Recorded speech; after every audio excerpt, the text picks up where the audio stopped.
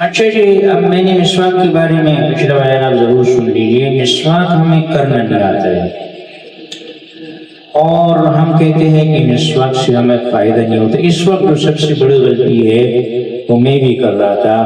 ہم ایک مسواک لاتے ہیں اور 3 مہینے چلاتے ہیں۔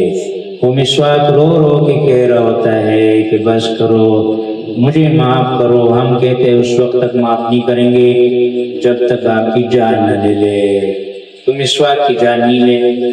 مسواک کا صحیح طریقہ یہ ہے کہ آپ یہ روزانہ اس کو کاٹیں، اور اس کے لیے ایک چیز آتی ہے کہ وہ ویڈیو میں ہم دکھا دیں گے، ابھی یہاں ہے نہیں، کٹر ساتھ ہے بہترین قسم کا، آپ روزانہ گھر میں رکھ کے سب کو کاٹ دیں۔ اس کو ایک تو یہ ہے۔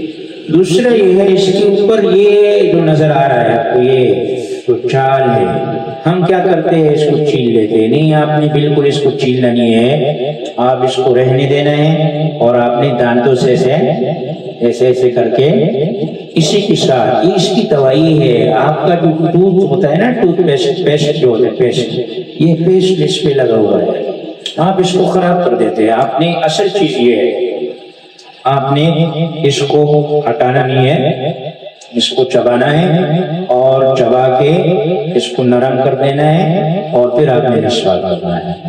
اب مسواک کرنے کا صحیح طریقہ کیا ہے یہ ذرا سن لیجیے۔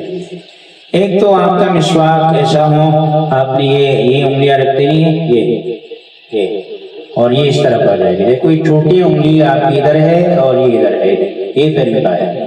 ایک مسواک ذرا چھوٹا ہے، آپ نے یہ کرنا ہے۔ اس کے بعد جو صحیح طریقہ ہے سنت، آپ اوپر کی دائیں جانب والے دانت اس پہ ایسا کریں۔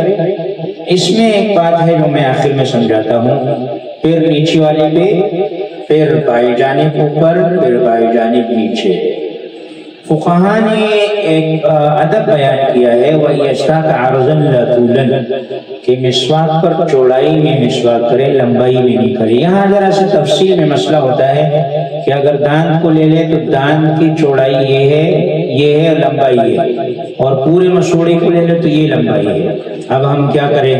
تو کوئی بات نہیں، آپ بہتر یہ ہے کہ یہ چوڑائی اگر اس کو لے لے تو ایسا ایسا کریں، اور جو اس کو لیتے ہیں تو ایسا ایسا۔ بہتر یہ ہے کہ آپ ایسا ایسا کر لیں، پھر نیچے کر لیں، پھر ادھر کر لیں۔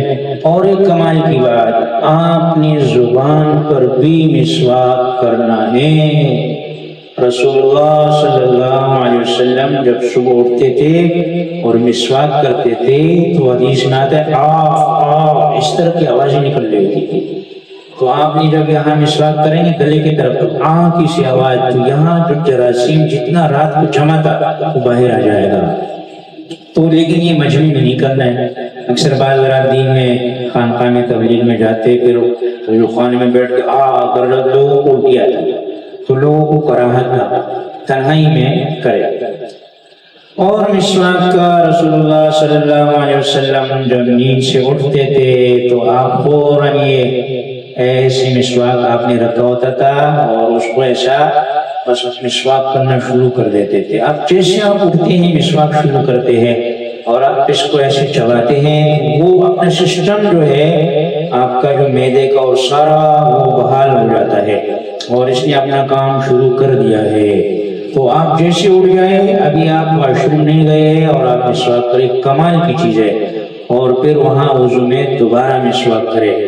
رسول اللہ صلی اللہ علیہ وسلم جب گھر میں آتے تھے، ہم عائشہ رضی اللہ عنہا فرماتے پہلے کام کرتے تھے مسواک کرتے تھے۔ رات کو اور یہ بہت ضروری ہے، رات کو سونے سے پہلے آپ مسواک کریں، کھانے کے بعد آپ مسواک کریں، کسی مجلس میں جائے آپ مسواک کریں۔ تو مسواک